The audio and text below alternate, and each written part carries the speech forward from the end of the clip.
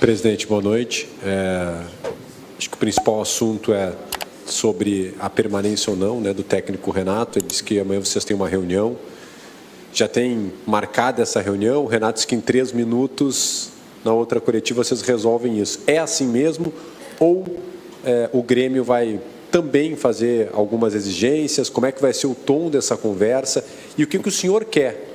A permanência ou não do atual treinador? Eu me reservo somente no direito de dizer que nós vamos conversar amanhã, como o próprio Renato já adiantou, até porque a gente estava concentrado primeiro até domingo passado em conseguir os pontos, né, para fugir dessa zona incômoda. Depois já teve uma viagem logo para Salvador, esse jogo aqui, nós buscando uma vaga para a Sul-Americana, que era muito importante como objetivo, não é? Até para o nosso orçamento do ano que vem, poder jogar uma competição da Conmebol. Então, a gente já tinha tratado isso até muito antes de que trataria durante essa semana, no início, para não desviar o foco e não tirar a concentração aqui. Então, amanhã eu vou conversar com eles, depois eu comunico, nós, né, o Grêmio, comunica a todos vocês da decisão que nós tomarmos em conjunto. Presidente, acho que muitos de nós aqui, ou alguns de nós aqui, onde eu me incluo, conhecem o senhor há pelo menos mais de 20 anos, assim como o Renato. Foi um ano bem diferente, até no relacionamento. E eu vou fazer a mesma pergunta que eu fiz para o Renato. Como é que o senhor está chegando nesse final de temporada, depois de tudo que se passou, da relação que não foi a mesma, né, da nossa relação com o senhor principalmente, mas que não foi a mesma durante um ano, uma relação bem atípica. E como é que o senhor chega agora com o resultado final, a temporada encerrando, o Grêmio numa Sul-Americana e tendo que definir agora o futuro do Renato também? Não, eu diria assim que, como resultado final do ano, né, se a gente for resultadista, está classificado para a Sul-Americana, não era o nosso objetivo, era a Libertadores, minimamente, mas classificamos para uma Sul-Americana. A maneira como a gente conseguiu essa classificação foi muito ruim, não é? Na última posição, torcendo para que não saia um outro gol de um outro jogo. Isso não é Grêmio, né? Isso me entristece, mas eu acho que dentro de um conjunto de tudo aquilo que a gente passou, inclusive com essa própria relação, Faiver, que tu está citando, como resultado final, eu posso colocar razoável, né, ao menos está classificado para uma competição de novo internacional e que a gente pode recomeçar o ano que vem, independente das pessoas que estejam aqui. Mas a forma como a gente chegou, ela não foi boa. Eu chego aqui também num misto de tristezas e felicidades, né? Queria aproveitar para dar então o lado feliz de agradecer a nossa imensa torcida que fez uma festa linda num jogo muito ruim nosso, né? No final de ano, essa torcida que abraçou o Grêmio em todos os momentos que a gente pediu. Já tive aqui em outros momentos, como tu sabe, né, Pfeiffer, e já vi a torcida muito mais irritadiça, braba e fazendo protestos, e ela comprou o nosso barulho, nos ajudou a sair dessa situação muito incômoda, não é? Eu já falei para vocês diversas vezes, eu acho que tudo é uma combinação de fatores que nos chegaram a chegar aqui. Quando o Renato fala de enchente, eu acho que a enchente nos tirou alguns pontos, sim, importantes, ainda mais no momento que a gente não está bem tecnicamente. Acho, sim, que o critério de arbitragem também nos tirou muitos pontos esse ano, né? E hoje nesse jogo foi um reflexo do ano inteiro, né?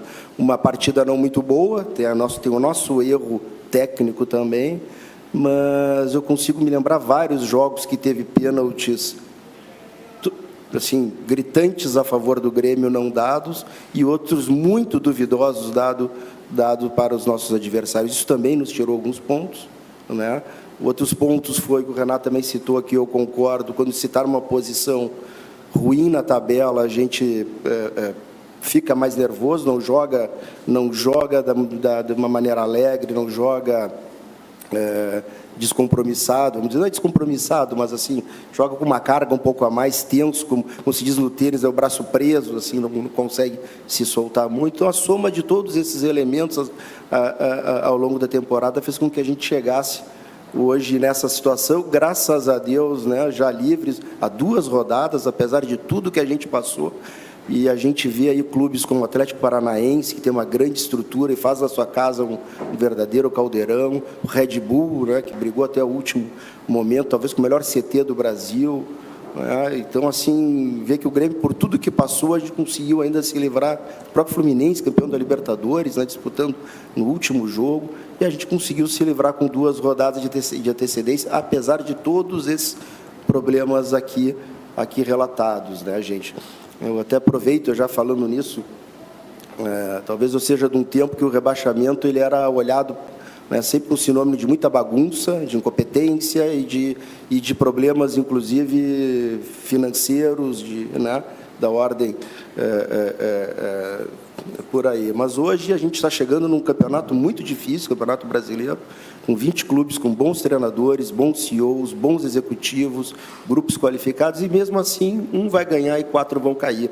Esse foi um campeonato muito duro. Estava lendo uma reportagem do The Economist que coloca, né, o Campeonato Brasileiro como a próxima Premier League. É um país continental, com, no mínimo, 12 grandes clubes e outros que correm por fora.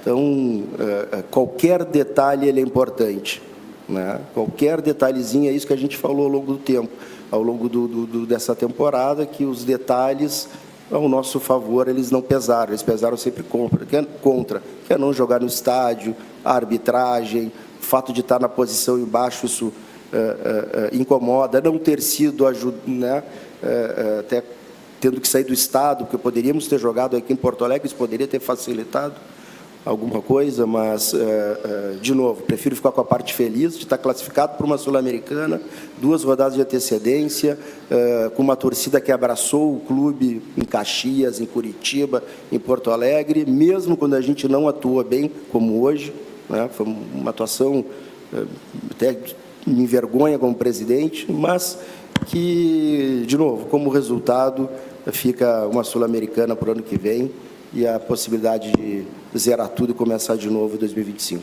Presidente, obviamente vocês precisaram esperar, como o senhor relatou, o jogo do Juventude terminar para saber se o ano do Grêmio de 2025 teria uma competição continental. Também, né? Palmeiras, perfeito. Mas, assim, imagino que por conta da celeridade que o futebol cobra de dirigentes e de quem trabalha no meio, você já tinha uma ideia do que mais ou menos seria necessário para o ano que vem, em termos de reforços, orçamento, ter uma ideia de grupo. Vocês têm uma ideia de quanto será possível investir para o ano que vem? Vai ser uma temporada, daqui a pouco, ter um pouco mais de cuidado, porque teve investimento em julho. Vocês têm uma ideia assim de se, não numericamente a gente não vai saber, mas vai ser um ano em que o Grêmio vai investir mais na janela de janeiro, ou daqui a pouco vai ter que esperar mais adiante por conta dos movimentos que já fez esse ano? Olha, a gente sabe que precisa reforçar, sim, o elenco, a gente sabe que tem contratos que estão vencendo, jogadores que estão, inclusive, encerrando a carreira, como aqui já colocado, outros que inclusive, já saíram.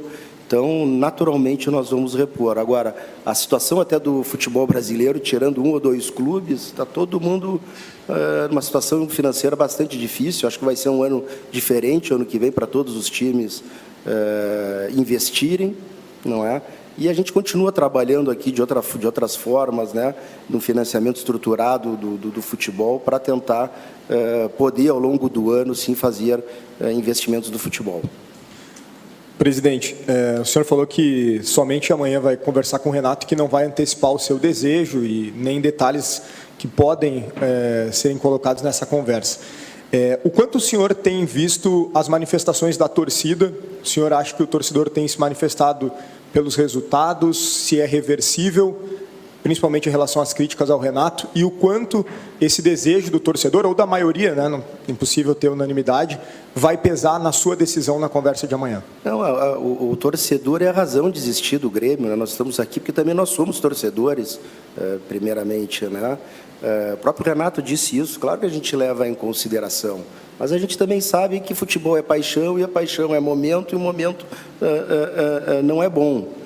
Por outro lado, a gente sabe que, como funciona muitas vezes, quem está se manifestando é aquele que não gosta de determinado presidente, do treinador, do jogador, e quando a coisa acontece do outro lado, aqueles que se manifestam não são os mesmos que mudaram de opinião, são aqueles que gostam, que suportam, e que aí tem uma oportunidade, né, de de se manifestar. O que eu quero dizer é que, seja qual for a decisão que nós formos tomar aqui, ela vai ser aquela que nós entendermos, eu, junto com o meu conselho de administração e as pessoas que nos cercam, o que a gente entender que for melhor para o Grêmio, não para mim, não para o Renato especificamente, não para quem quer que seja. A intenção aqui é sempre pensar no melhor para o clube nesse momento. Presidente, boa noite. O Renato falou na reunião de amanhã e disse o presidente avisa para vocês o resultado da reunião. Eu não vou entrar em possibilidades, ou não vou fazer nenhuma especulação ou uma interpretação da maneira como ele falou, mas eu faço uma pergunta para o presidente.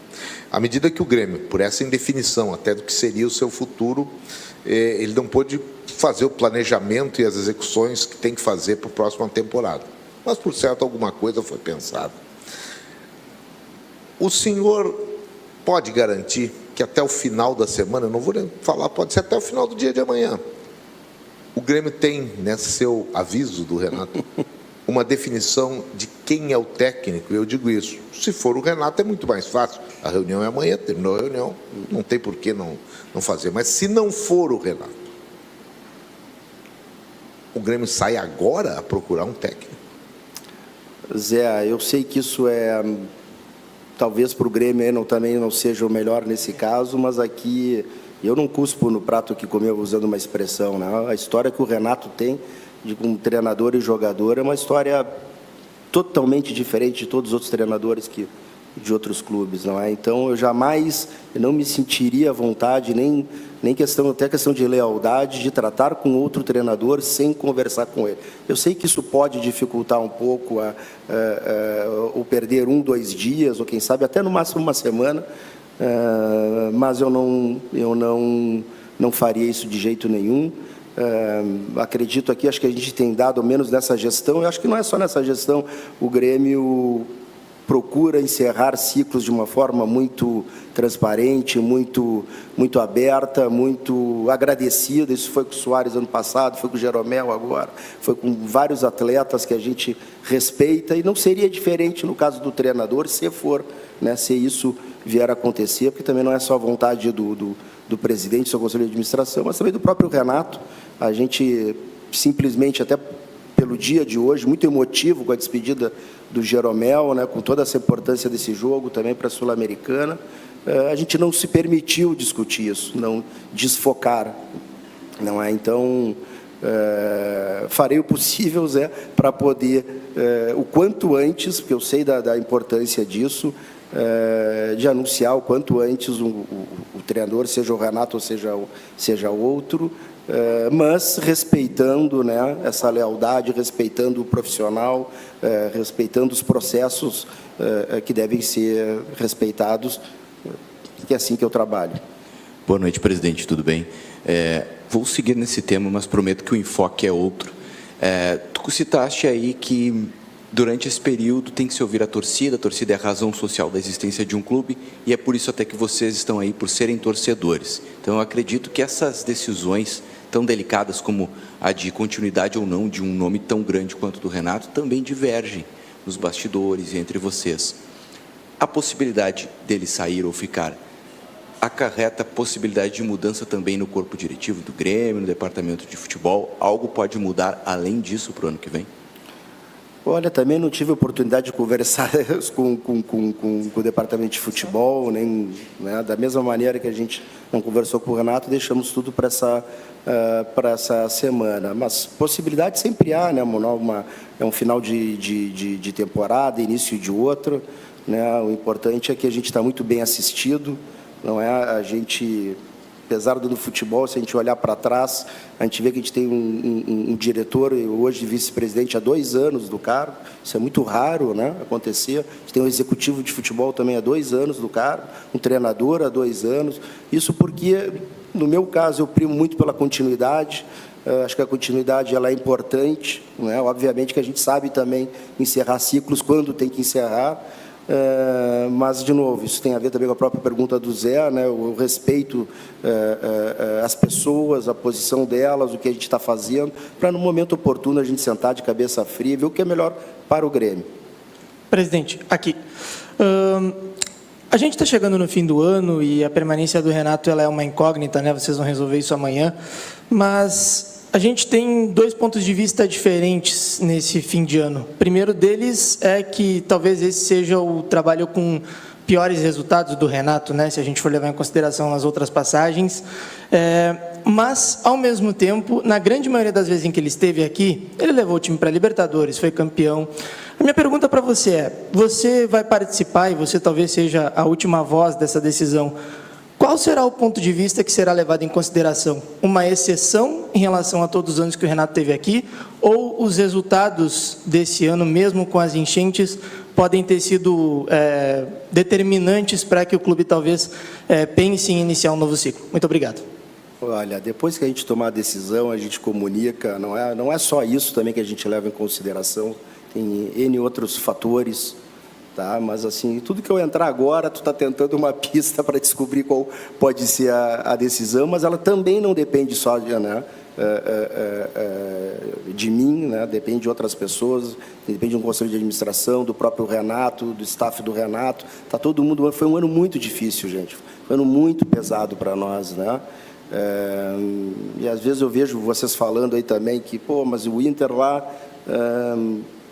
se recuperou bem. Eu acho que tem que aplaudir se conseguiu se recuperar bem. Isso não significa que tem que demonizar o Grêmio por não ter conseguido. Não é?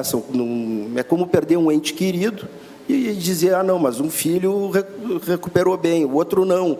Né? Então, assim, cada um recebe, né? Cada um acaba, acho até que o Grêmio sofreu mais do ponto de vista pessoal, por estar aqui numa região mais próxima, com jogadores que perderam suas casas, muitos funcionários. Acho que o Inter perdeu mais do ponto de vista patrimonial, né? Então teve um prejuízo mais patrimonial. Mas é isso, né? Nós levamos Porto Alegre no nome. Não acho... não é por acaso que daqui a pouco a gente sofreu mais, né? Então... de novo, vou me reunir de cabeça fresca, cuca fresca, com o meu pessoal do Grêmio, com o Renato, para a gente, o quanto antes, poder tomar essa decisão e já continuar os trabalhos de 2025. Presidente, e a avaliação em relação ao elenco do Grêmio? A gente falou muito sobre o Renato, sobre o trabalho do treinador, mas falou pouco dos jogadores. Qual é a avaliação que tu faz do elenco neste ano? Foram 4 jogadores que estão encerrando o contrato com o Grêmio, que começaram como titulares. Essa ideia de colocar os experientes até o final, enfim. Como é que tu vê a possibilidade de mudança para a próxima temporada? O Grêmio deve mudar muito ou não mudar tanto assim o seu elenco? Eu acho uma boa pergunta, porque não é, às vezes botam muito na conta do Renato, botam também muito na minha conta, e eu acho que na minha está certo, porque eu sou presidente do clube, mas é tudo uma combinação, não é? O Grêmio tem um staff de 70 pessoas dentro do vestiário, cada um tem a sua parcela, e tem os jogadores também, não é? Então, é óbvio que nós temos as nossas avaliações, eu jamais faria isso publicamente, né? Mas é certo que a gente está trabalhando aí para melhorar, a gente tem as nossas... vamos dizer assim, as nossas avaliações, sendo redundantes, daquilo que precisa ser melhorado, ou reforçado, e aos poucos, à medida, né, que não chega a temporada que vem, provavelmente vão chegando aí novos reforços que vão dar essa dica para vocês do que a gente avaliou. Presidente, aqui.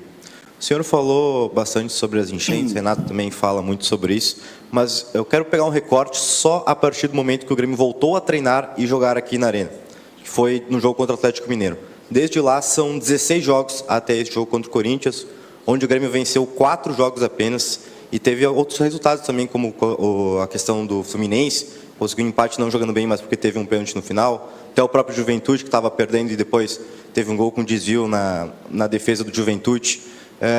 O senhor coloca esses 16 jogos também nesse combo das enchentes, ou o senhor separa a situação e vê também falha técnica e tática nessas partidas para não conseguir resultado melhor? Eu coloco eles, é tudo uma combinação de fatores, é um pouquinho de cada.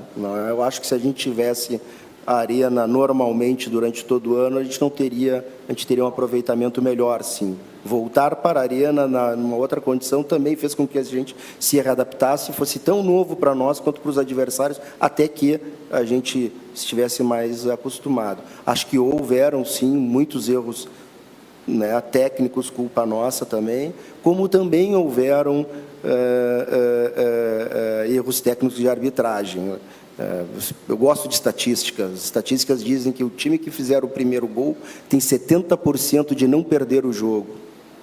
Né? Então, se pegar hoje e a gente fizesse aquele primeiro gol no pênalti claríssimo feito no Soteldo, eu diria, estatisticamente, podia até ser que o Corinthians virasse para 3-1, mas seria 70% de não perder, não quer dizer que vai ganhar.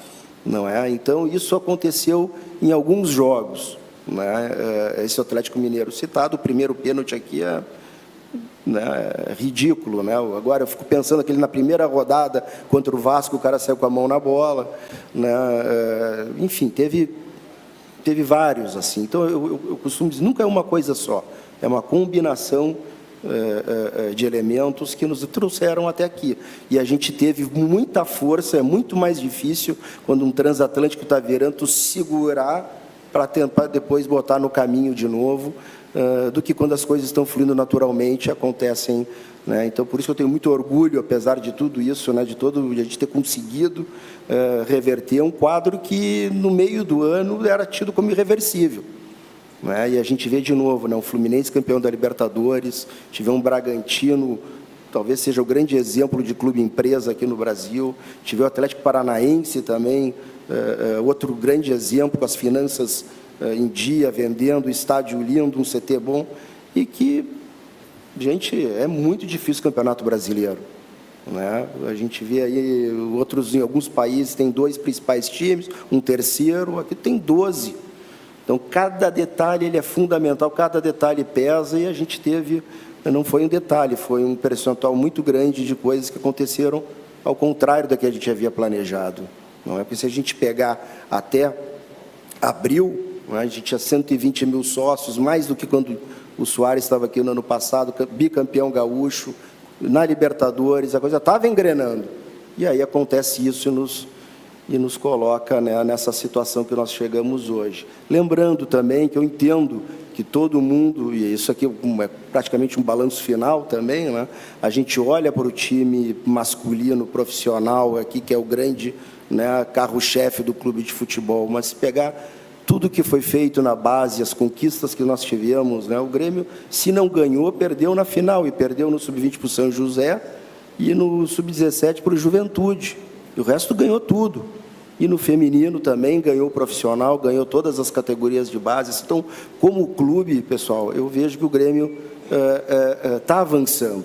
Tá? Muito embora o desempenho, né, tenha sido muito ruim, especialmente hoje. A última impressão é que fica muito ruim, mas relembrando de como a gente pegou lá atrás, né, vindo de uma Série B, os ativos que tinha o Bitelo ali, né, que era um grande destaque, jovem, e vendo tudo que se foi feito desde a parte financeira, a diminuição desse déficit, né, e o número de ativos, de meninos da base que a gente tem colocando em jogo, eu chego aqui, apesar de novo, né, de frustrado e envergonhado com a atuação de hoje, mas sabendo que a gente está degrau a degrau, de passinho em passinho, crescendo como clube, sim. Presidente, um dos pontos que é mais tocado, né, para o ano que vem, e talvez seja o grande primeiro foco do Grêmio para o ano que vem, é a manutenção do título do Campeonato Gaúcho, né, que o Grêmio seja octacampeão. E a gente sabe todo o conhecimento e o entendimento que se tem em relação à proximidade que o Renato tem com essas conquistas.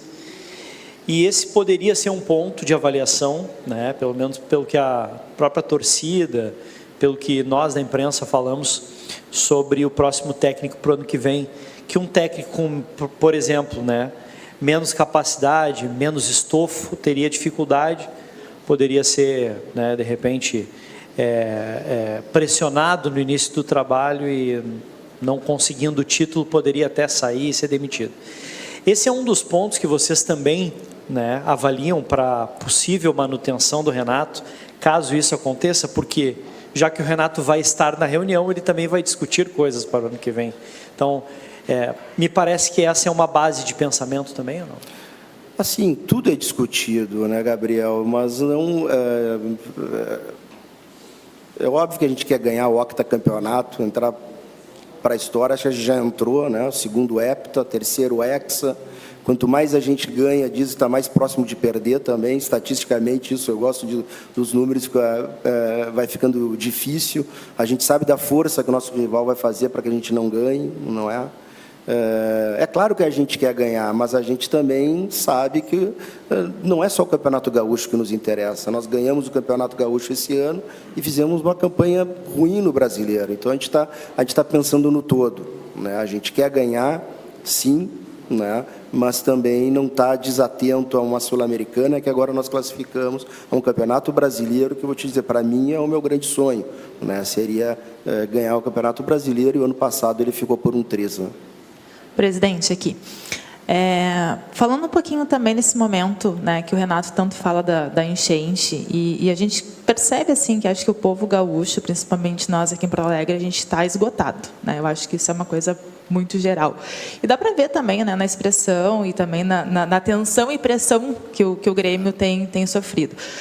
E aí a gente fazendo uma retrospectiva, né, tu citou de novo que podia ter jogado em Porto Alegre, acabou não acontecendo, aí a gente viu que clubes negaram ajuda, a gente viu, né, que também alguns jogadores foram cobrados, que inclusive saíram antes do contrato, JP Galvão, Galdino, enfim, né, toda a situação. E aí a CBF não ajudou como deveria, 40 dias fora, os jogadores pressionados, enfim.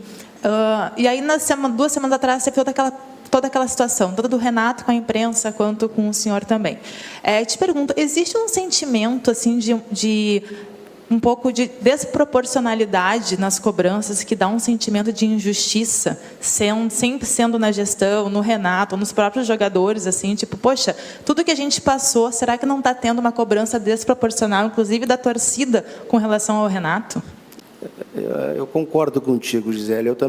Eu acho que há uma, né, e não é só até porque vocês mesmos dizeram, eu estou falando de imprensa em geral, sim, lá em maio, eu me lembro dizendo, ninguém pode cobrar de Grêmio e de Inter. Isso foi falado várias vezes, passou 2 meses, não fui eu que disse isso, foi a imprensa. A gente tem sido exaustivamente cobrado, né? Pesadamente cobrado. No meu caso, e não era a primeira vez, não é nem ser só cobrado, né? Mas são informações muito inverídicas, muito fake news, né? Então, já aproveito, já que tu fez a pergunta, talvez eu não tenha utilizado na minha resposta lá a melhor palavra, faço aqui a minha meia-culpa, mas o que eu tentei mostrar ali é tentar chamar a atenção do mesmo tamanho da fake news que foi feita, para, bom, já que querem, né, chamar a atenção, vamos chamar a atenção, né? Porque numa mesma notícia colocaram a instituição do Grêmio, né? Colocaram o presidente do Grêmio, colocaram o Renato e colocaram um dos principais jogadores. É algo totalmente inventado e foi avisado, e o rapaz disse que confia na sua própria fonte, né? Então, o que eu vou dizer, né? A gente tenta, fala, quando não responde, quando responde não adianta responder. Acho que eu entendo.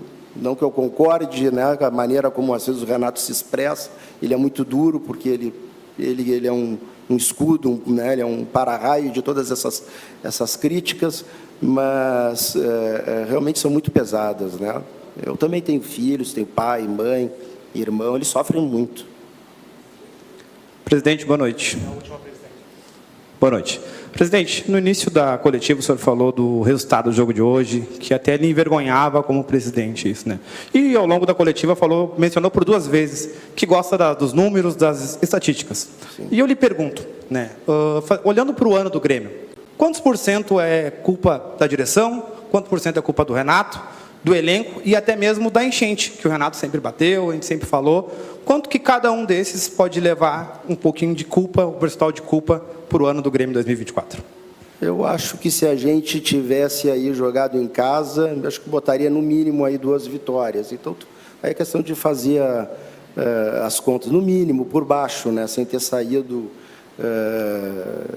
e ter que se readaptar aqui. Erros de arbitragem, eu já coloco aí também uns 4, 6 pontos aí, mínimo aí, para ficar por baixo, não é?